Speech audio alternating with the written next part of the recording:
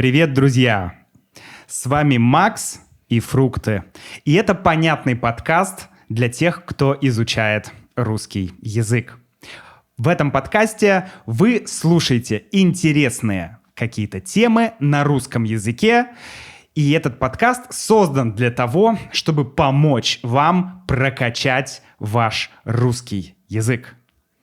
Сегодня у нас видеоверсия. Снова видеоверсия. И снова у нас сегодня диалог. Диалог с Юлей. Привет-привет. Напомню вам, что вы можете видеть Макса, Юлю и чудесные фрукты, которыми я каждый выпуск пытаюсь пожонглировать. Нет, подождите, я знаю, как это делается. Короче, ты кидаешь двумя легко, а вот тремя... Манго же и так уже был спелый. Ладно. В общем, если вы хотите смотреть, то... Сейчас, подожди. Смотрите.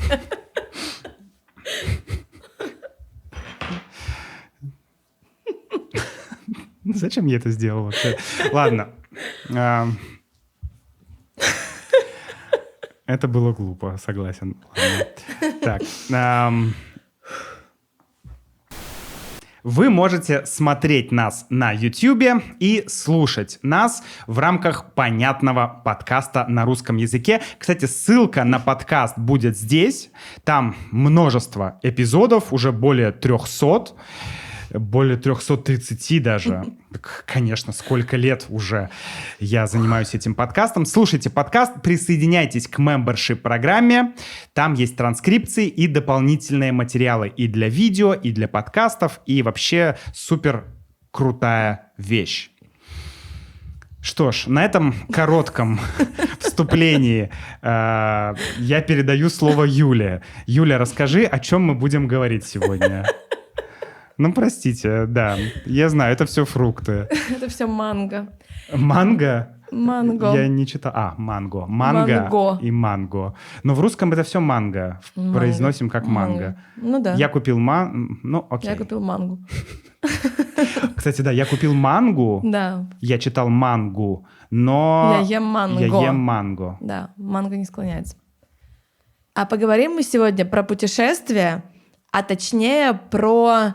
Разные форматы? Разные форматы того, как можно куда-то поехать. Ага. Давай сразу перечислим. Да, турист, номад, релакант и мигрант, что, конечно, не относится к путешественникам. Но к жизни в других странах, к посещению других стран. Да, давай так. Мне кажется, что за последние 4 года... Когда довольно много людей из России, например, уехало жить в разные страны за рубежом, очень активно стали использовать некоторые слова. Например, за рубежом или за границей. Мы же все живем в границе. Да.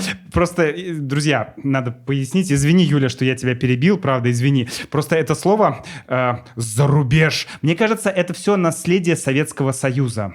Вот эти все слова, типа «поехать». Значит, он живет за рубежом. Рубеж. Это вот, знаете, граница, рубеж. То есть как будто есть мы... внутри, да, Россия или Советский Союз, и есть весь другой капиталистический или сейчас уже какой-то, не знаю, еще какой-то другой мир внешний. И вот ты едешь за границу. Они за границей отдыхали, а он живет за рубежом. Вот старшее поколение может так сказать. Мне кажется, дело не в словах, а в том, что ты в них вкладываешь. Вот потому что то, что сейчас ты передаешь, это действительно какой-то негативный смысл. Но по факту есть государственная граница у каждой страны, и ты ее пересекаешь. Ну, представляешь, на каком языке еще... Вот я пытаюсь сейчас подумать, вот на каком. Как ты вот на Ну, на английском abroad. Abroad. Ну, abroad, да, хорошо, но ты же не говоришь I'm going out of the borders of my country. Ну, что-то вот такое. Я еду за границу. Или там out of borders, да. Ну, что-то вот такое. Я не знаю, как это даже сказать. Ну, может быть, кстати... Напишите, как в вашем языке. Друзья, напишите, есть ли в вашем языке такие выражения. Жить за границей, жить за рубежом. Рубеж — это и есть граница. Поехать за границу, не знаю, путешествовать за границей и так далее. Да, кстати, это очень интересно. Но возвращаясь к теме нашего разговора, мы хотим поговорить про то, что вкладывается сейчас в эти понятия: турист, номад, релокант. Да, новое модное слово. Очень распространенное слово, как раз наверное, не появившееся, но ставшее популярным на волне отъездов из России в последние годы. Релоканты. Мы сейчас про это поговорим. Да. Давай попробуем разобраться, что значит каждое из этих слов и кто же мы такие здесь, в этих терминах. Самое простое — это турист. Турист.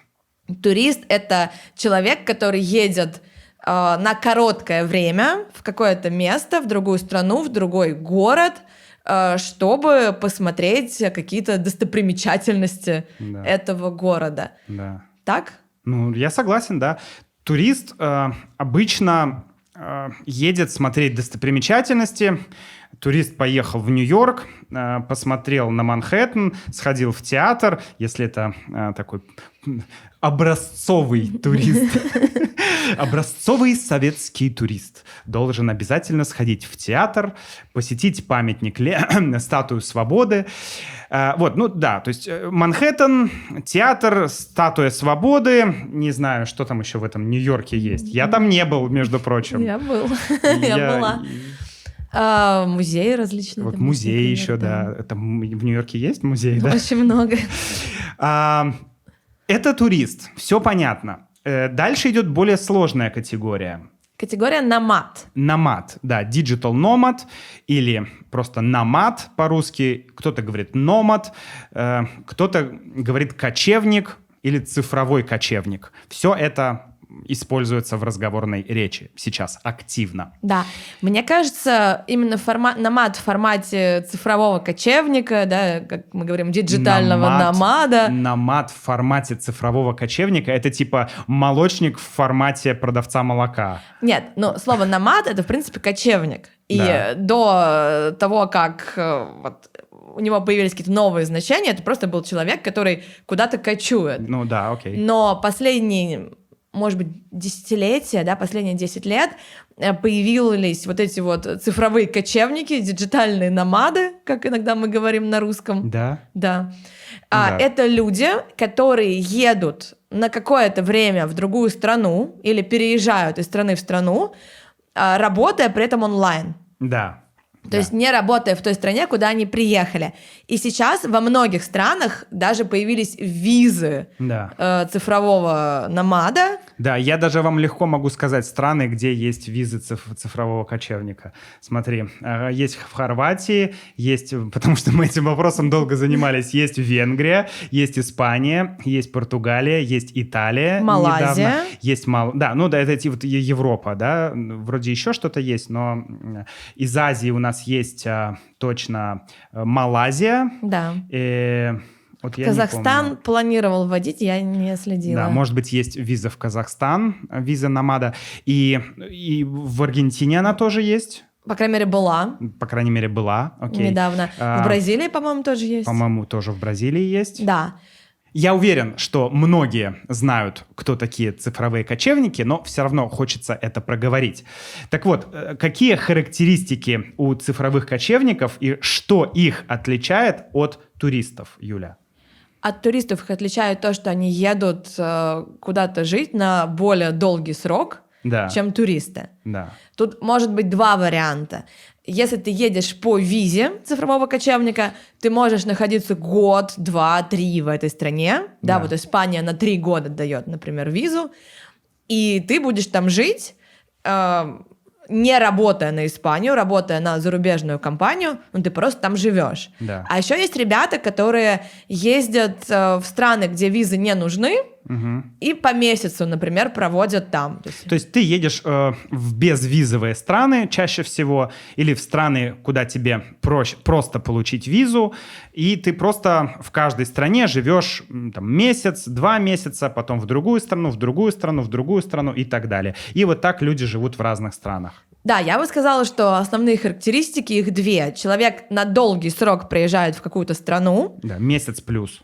Месяц плюс, да даже на год, на 2 тоже может приехать, да? Ну, я имею в виду, что месяц плюс, в смысле, что от месяца. От месяца. Но при этом он не переезжает, да, он не считает себя мигрантом, который переехал в другую страну и там полностью пытается интегрироваться в общество. Да. Нет, он приехал на какой-то срок, более короткий или более долгий. Он может не учить язык. Может, да. Может учить, может не учить. Он может вообще никак не быть связан с культурой этой страны. То есть, может быть связан, может быть не связан, но у него вообще нет такой цели. Он может жить, не знаю, в каком-нибудь в своем Брайтон-Бич, да, как говорится. Ну, да, то есть есть же какие-то города, места, где большая концентрация цифровых кочевников, и они там живут своим комьюнити. То есть для цифрового кочевника комьюнити кочевников, комьюнити из кочевников, плюс инфраструктура может быть важнее, чем сама страна с ее культурой и так далее. Ну, в целом, да. Согласна? Например, человек может приехать, например, не знаю, в Мексику, да, хороший климат, вкусная еда, недорого, какой-то безопасный городок, океан, и человеку он не захочет изучать испанский, вникать в культуру, интегрироваться. Нет, ему нужно вот это комьюнити. Да. Да? Ну, мне кажется, что, безусловно, есть люди, для которых комьюнити будет важнее, чем, например, погружение в страну и общение там с местными на местном языке. Ну и второй главный критерий, главная характеристика — это наличие удаленной работы, не связанной со страной, где ты находишься. Да. Кочевник может работать, в принципе, откуда угодно. Да. И вот это вот его отличает от других категорий, например, переезжающих. Да, от тех, кто переезжает в другую страну. Да. Так, это мы поговорили про туриста. И номада. Номада. Кто еще у нас остался? Релокант. Релокант, вот, отлично. Давай про релокантов поговорим. Кто такие релоканты, Юля? Релокант — это тот, кто переехал куда-то по работе. Угу. То есть тот, кого релоцировала компания. Да. То есть, в отличие от номада, его работа не остается с ним удаленно, его компания куда-то переехала, открыла новый офис. Релоцировалась. Опять же, небольшая справка.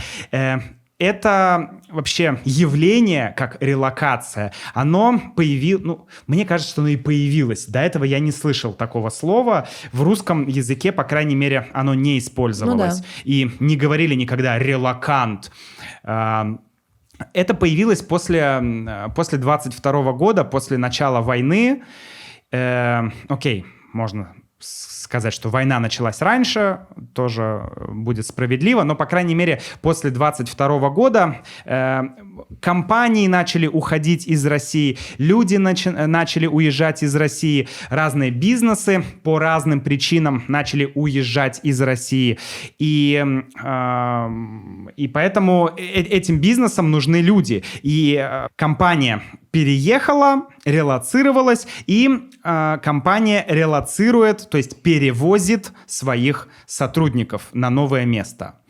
Вот. Это уже другой тип, да, формат жизни в другой стране. Это совсем другой тип, потому что помимо того, что тебя перевозит компания, то есть ты обязуешься работать на компанию, и твоя виза или твой вид на жительство зависит от компании, плюс еще компания во многом тебе помогает. Как правило, если компания предлагает релокацию, то они помогают со сбором документов, с получением визы, там может быть какой-то бонус на этот переезд, часто оплачивают билеты. То есть вход в страну, если ты релокант, у тебя проще. Потому что компания тебе помогает. Да. Но, Юль, смотри, но есть же, например, компания в Германии. И ты, например, можешь устроиться сейчас, находясь в Бразилии, в компанию в Германии, в немецкую компанию. Да? И компания скажет: хорошо, Юля, приезжай к нам и работай. Это будет релокация? Да, это будет релокация. Слово релокация здесь употребляется. как Просто relocation бонус. Но мы же раньше так просто тогда получается, что релокация не очень связана. То есть она стала массовой после 2022 года, после войны, начала войны, но получается, она была и до этого. Конечно, это слово не придумали, когда началась война, да, полномасштабная. Это слово, очевидно. Это слово стало просто очень активно использоваться. Угу. И часто в СМИ пишут иногда в таком саркастическом ключе эти релоканты. В российских СМИ. В российских СМИ. Эти релоканты уехали, релоканты вернулись. Слово именно в русском языке стало активно использоваться после 22 года. Окей. Спасибо, что уточнила. Да, это важно. И действительно, некоторые СМИ в России могут с таким легким пренебрежением относиться к релокантам, потому что, утечка умов. Да, утечка умов — это когда умы утекают, то есть хорошие кадры, хорошие специалисты уезжают работать в другие страны. Это называется утечка мозгов, да? Вот. Поэтому, конечно, с точки зрения государства, это, ты уезжаешь работать туда, вот, ты поехал за деньгами, еще там что-то, да? В общем, да. Но такое бывает. Хорошо. Что-то еще у нас осталось? Наша 4-я категория — это мигрант. Да. Мы будем использовать слово мигрант, потому что есть слово эмигрант и есть слово иммигрант. Насколько мы понимаем, это как экспорт и импорт, да? Мы с тобой, Юля, были экспортированы из России в Аргентину, то есть в Аргентину мы импортированы, мы импортные в Аргентине, но с точки зрения России мы экспортированы. Да, в общем, такая же суть с мигрантом, эмигрант, иммигрант, но не всегда мне в голове легко, так же, как и экспорт, импорт, сразу, в голове все выстроить, поэтому мы будем говорить слово мигрант, просто мигрант для простоты. Да. Мигрант — это человек, который переехал в другую страну. Да. То есть он поехал по любым причинам, но чаще всего мигрант переезжает сам, да, то есть его не перевозит компания, а у него скорее не будет какой-то работы удаленной, хотя сейчас в современном мире есть мигранты, которые переезжают с удаленной работой. Но он едет жить в другую страну на неопределенный срок, он начинает там выстраивать свою жизнь или находить работу, или там продолжать работать пока на зарубежную компанию, но пытаться интегрироваться в общество, учить язык, делать документы. И в отличие от релокантов, он своими документами занимается сам. То есть ему не помогает никакая компания в этом. Бедняга. Бедняга, да. Вот. То есть мигрант — это скорее человек, который действительно уехал строить жизнь в другую страну. Да, да. То есть отличие мигранта от номада глобально. Мигрант скорее будет работать не онлайн, да, и мигрант скорее будет жить дольше в страну, куда он приехал. То есть у него другие намерения. Да. Да? Опять же, могут быть разные ситуации. Может быть, мигрант с удаленной работой, может быть, мигрант без удаленной работы, с деньгами, без денег, бегущий от войны, конфликта или просто который решил поменять страну по другим причинам, по политическим, например, или еще каким-то. Хорошо. Кто мы? Кто мы? Давай подумаем. Вот смотри, нам бразильские подписчики писали, когда я опубликовал видео, что мы в Бразилии, многие люди начали писать: «Макс, тебе надо посетить это. Приезжай сюда, тебе надо обязательно, в общем, посмотреть кучу всего». И мы приехали, примерно на 3 месяца в Бразилию, да? И казалось бы, Бразилия, конечно, большая страна, но все равно можно многое посмотреть за 3 месяца. Безусловно. Но мы так не можем. Почему? Вот возникает вопрос. Вроде бы 3 месяца и, 10 каких-то городов, достопримечательностей, вроде можно посмотреть, правда? Но почему мы не можем? Мы не туристы.